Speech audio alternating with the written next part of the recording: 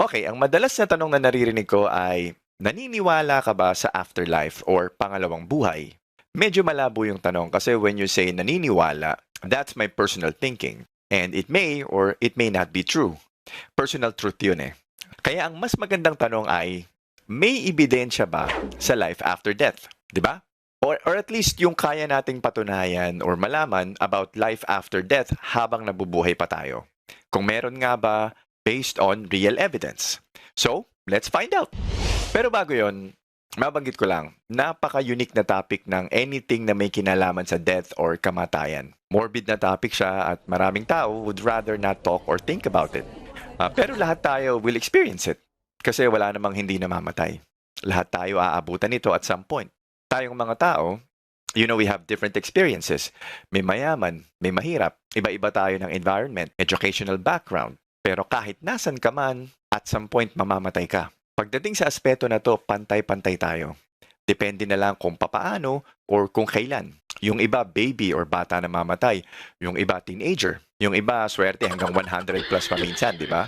Ayos. Kaya no wonder, ever since siguro nagkaroon ng mas advanced na isip yung mga sinaunang tao at nakikita nila yung mga namamatay, hindi nila ma-explain. Ang hirap ding tanggapin. Isipin mo, kausap mo lang or nakita mo lang nung isang araw, biglang mawawala na. Di mo na sila makakasama ulit the same way. So, nung sinaunang panahon pa, tayong mga tao nagtatanong, nag-i-imagine, nag-iisip. Ito lang ba ang buhay? After mamatay, wala na? Kaya siguro dahil dyan, nag-originate yung mga ideas about afterlife. Pero isipin mo, sa lahat ng nabubuhay sa mundo, I think tayo lang mga tao ang kayang mag-imagine ng afterlife or pangalawang buhay. Sa tingin nyo, yung mga manok or yung mga kambing or kahit yung mga unggoy, nag-iisip kaya sila ng afterlife? I'm not sure. Most likely hindi, pero malay mo, nag-uusap-usap pala yung mga baboy about pig heaven or pig life after death, Who knows? Diba? Eto pa, yung afterlife, connected lagi sa eternal life. Kasi nga, limited yung time natin dito sa mundo, kaya ang nai-imagine natin na pangalawang buhay ay yung walang katapusang buhay. Wow! Ako, personally, pag iniisip ko, gusto ko ba ng eternal life? Well, walang katapusang buhay? Alam mo, pag talagang inisip mo, isipin mo may gusto kang gawin. Ba't ka magmamadali may bukas pa naman? After nung susunod na bukas at yung susunod na bukas. Hindi kaya mawala na yung sense of urgency or yung focus mo sa buhay? Kasi pwede namang bukas lahat Walang katapusang bukas. Imaginein mo. Kung alam kong hindi ako mamamatay, kailangan ko na bang mag-aral ngayon? Kailangan ko na bang gawin yan? Kailangan ko na bang mag-exercise? Gets nyo? If you really think about it, and imagine, you will never die. Sabi nga nila, the reason why life is worth living is because it ends. Kung walang ending, parang nakakatamad kumilos, no?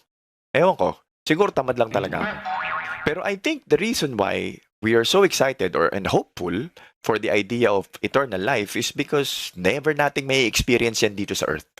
At least for now. We're all trapped in our human bodies na namamatay. And there's nothing that we can do about that.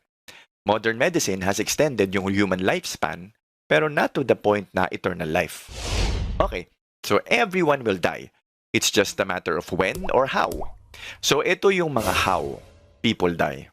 Para mas maintindihan na rin natin. May 4 ways lang na pwedeng mamatay ang bawat tao. Number 1 is yung sudden death. Yung bigla ang pagkamatay. Yun yung mga aksidente or yung atake sa puso or stroke. Number 2, terminal illness.